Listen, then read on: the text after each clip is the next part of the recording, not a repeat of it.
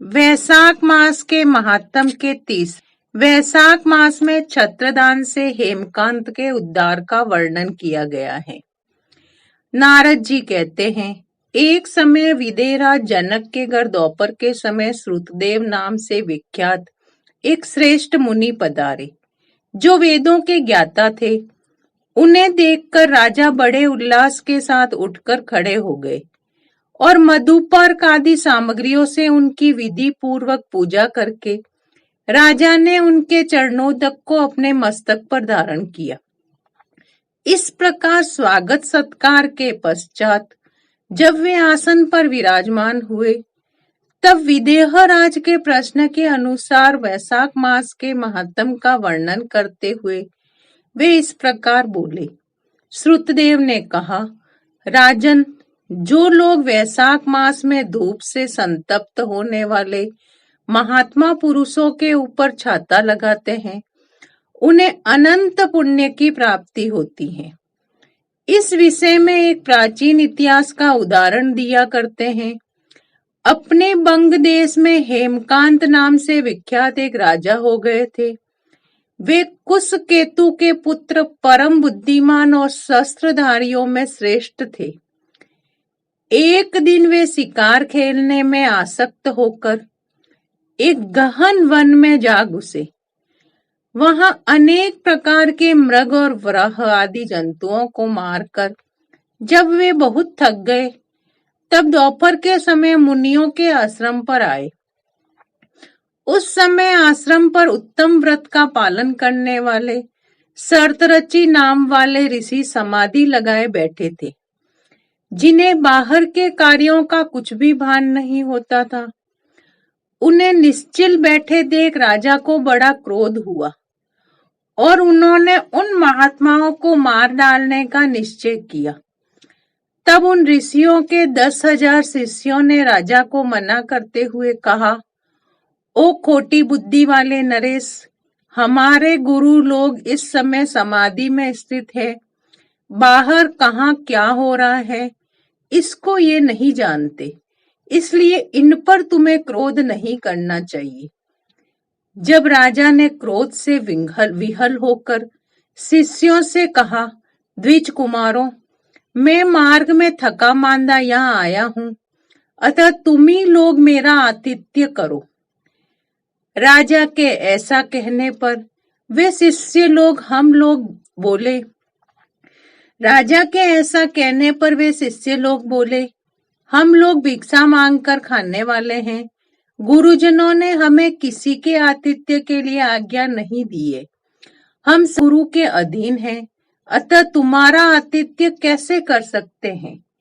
शिष्यों का ये कोरा उत्तर पाकर राजा ने उन्हें मारने के लिए धनुष उठाया और इस प्रकार कहा, मैंने हिंसक जीवों और लुटेरों के भय आदि से जिनकी अनेकों बार रक्षा की है, जो मेरे दिए हुए दानों पर ही पलते हैं, वे आज मुझे ही सिखलाने चले हैं। ये मुझे नहीं जानते, ये सभी कृतघ्न और बड़े अभिमानी हैं। इन आतताइयों को मार डालने पर भी मुझे कोई दोष नहीं लगेगा। ऐसा कहकर वे कुपित हो धनुष से बाण छोड़ने लगे। बेचारे शिष्य आश्रम छोड़कर भय से भाग चले।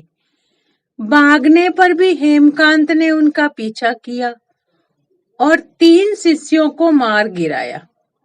शिष्यों के भाग जाने पर आश्रम में जो कुछ सामग्री थी, उसे राजा के पापात्मा सैनिकों ने लूट लिया। राजा के अनुमोदन से ही उन्होंने वहां इच्छानुसार भोजन किया। तत्पश्चात कुछ दिन बीतते बीतते राजा सेना के साथ अपनी पुरी में आ गए। राजा कुशकेतु ने जब अपने पुत्र का यह अन्यायपूर्ण कार्य सुना, तब उसे राज्य करने के अयोग्य जानकर उसकी निंदा करते हुए उसे देश निकाला दे दिया। पिता के त्याग देने पर हेमकांत घने वन में चला गया। वहां उसने बहुत वर्षों तक निवास किया। ब्रह्म हत्या उसका सदा पीछा करती रहती थी, इसलिए वह कहीं भी स्थिरता पूर्वक रह नहीं पाता था। इस प्रकार उस दुष्टात्मा के 28 वर्ष व्यतीत हो गए। एक दिन वैशाख मास में जब दोपहर का समय हो रहा था, महामुनि तीर्थ यात्रा के प्रसंग से उस वन में आए।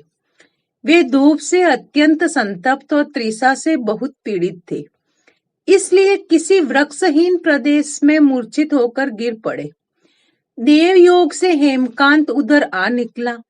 उसने मुनि को प्यास से पीड़ित, मूर्छित और थका मांदा देख उन पर बड़ी दया की।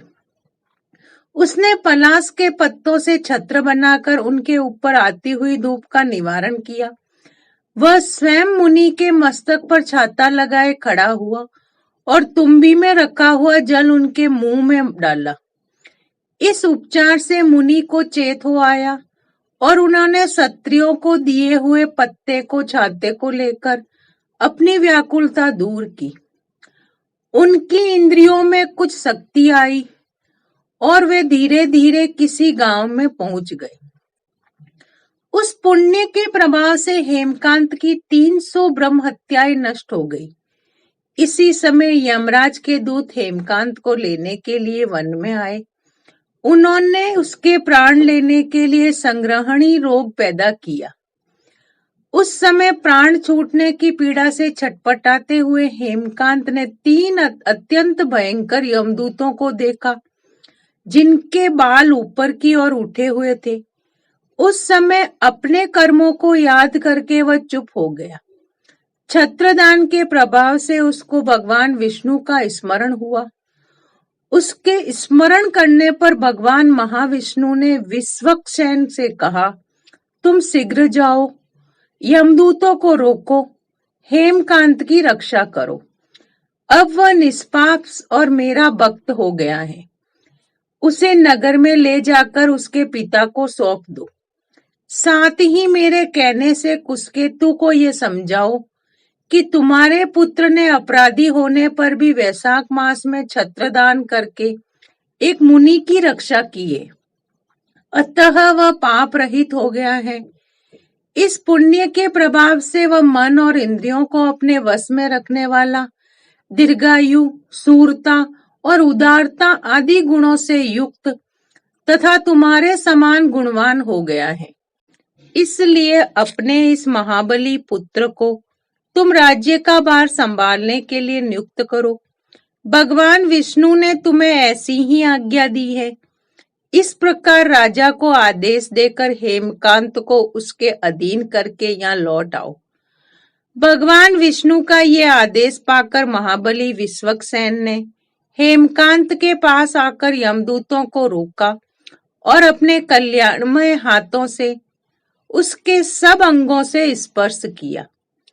भगवत भक्त के स्पर्श से हेमकांत की सारी व्याधि क्षण भर में दूर हो गई।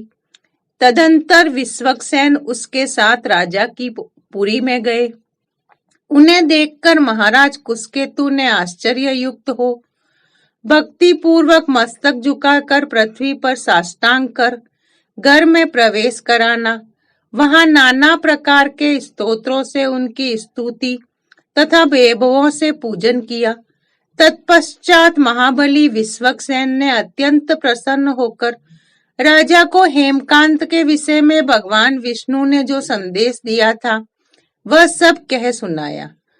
उसे स्वयं विश्वक्सेन की आज्ञा लेकर उन्होंने पत्नी सहित वन को प्रस्थान किया। तदंतर महामना विश्वक्सेन हेमकांत से पूछकर और उसकी प्रशंसा करके श्वेत धूप में भगवान विष्णु के समीप चले गए। तब से राजा हेमकांत वैशाख मास में बताए हुए भगवान की प्रसन्नता को बढ़ाने वाला शुभ धर्मों का प्रतिवर्ष पालन करने लगे।